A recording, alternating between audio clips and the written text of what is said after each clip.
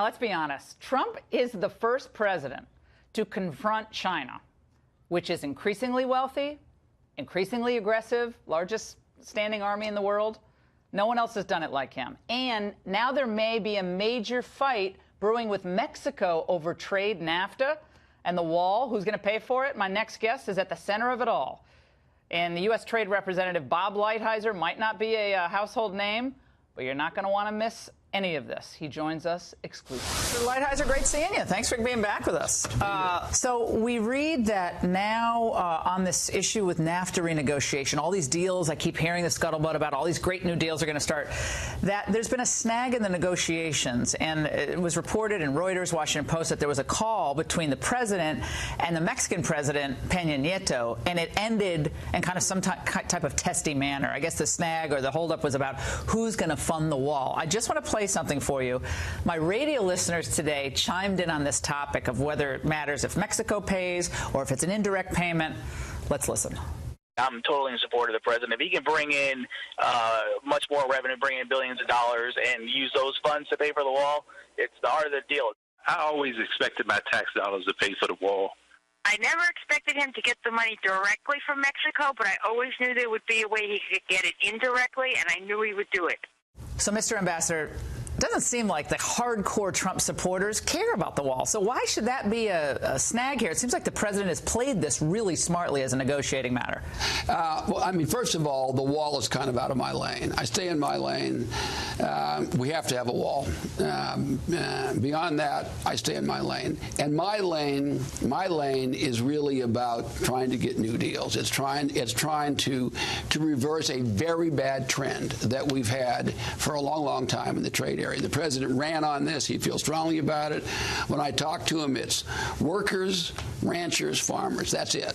It's wages and it's jobs. And I think if we renegotiate that deal, if we get a good deal with Mexico and hopefully with Canada, if that's possible, we're going to find more jobs. The biggest holdup seems to be about auto manufacturing, and that's where the lion's share of our trade deficit with Mexico is. I was shocked to just read today that 77% of Mexican manufactured vehicles that were exported came to the United States. Now, that's because there's no tariff on those because of NAFTA, correct? That's correct. And what will a potential deal look like regarding that type of imbalance? The biggest part of the problem between the two countries, and from a trade point of view, is that Mexico has an industrial policy, which is a smart one. It's designed to get auto companies to move to Mexico and then ship to the U.S. You say 77%. For some companies, it's even higher. And a lot of these are companies with very little products that are made in America. So they're low U.S. content. And the kind of thing we're looking at is to have a better balance, to have a higher regional content, but also a U.S. content, and to reorganize the way we keep track of which is which. The president's objective is we have to get more jobs back to America. We have to reduce the deficit. And that will ultimately put pressure on wages and wages in the country. But what, again, Global Trade, which is a big publication in the global trade arena, they say that critics will say that advanced economies have been steadily reducing the share of jobs in manufacturing. And that's really accounting for a lot of the job losses in the United States. You can nail some of them to NAFTA, but most of it is because of improving in productivity, technology changing. So we're steadily moving away from those types of manufacturing jobs. What do you say to that? The greatest economies in the world right now are the United States, they're China, they're Germany, and they're Japan. Who says Germany and Japan don't have basically a lot of manufacturing? Now, as a percent, is it shrinking?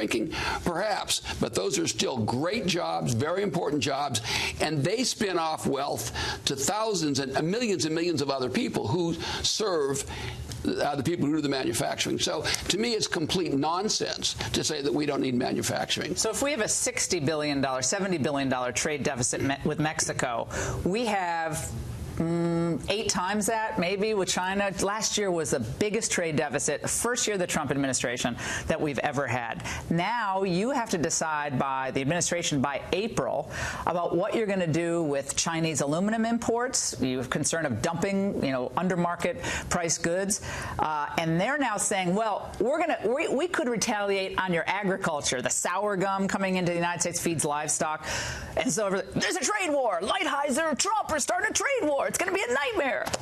And you say? The response that we're going to start a trade war is nonsense. We have a very, very imbalanced relationship with China. And once again, it's not based on basic economics.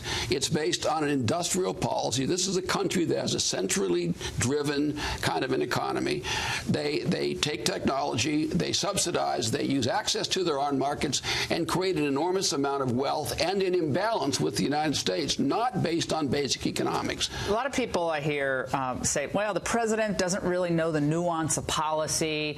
He'll just get on the phone with someone and he'll blow up the negotiations. Or he doesn't really follow the nitty-gritty of things like trade or military policy. You're in all these meetings with President Trump on a weekly basis, sometimes a daily basis, given what's going on.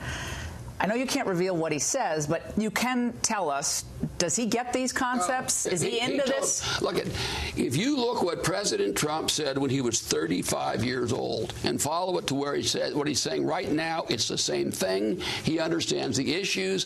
When I'm in these meetings, it is a very strong give and take from a variety of people with interest. The president is beyond engaged. He cares about jobs and wages.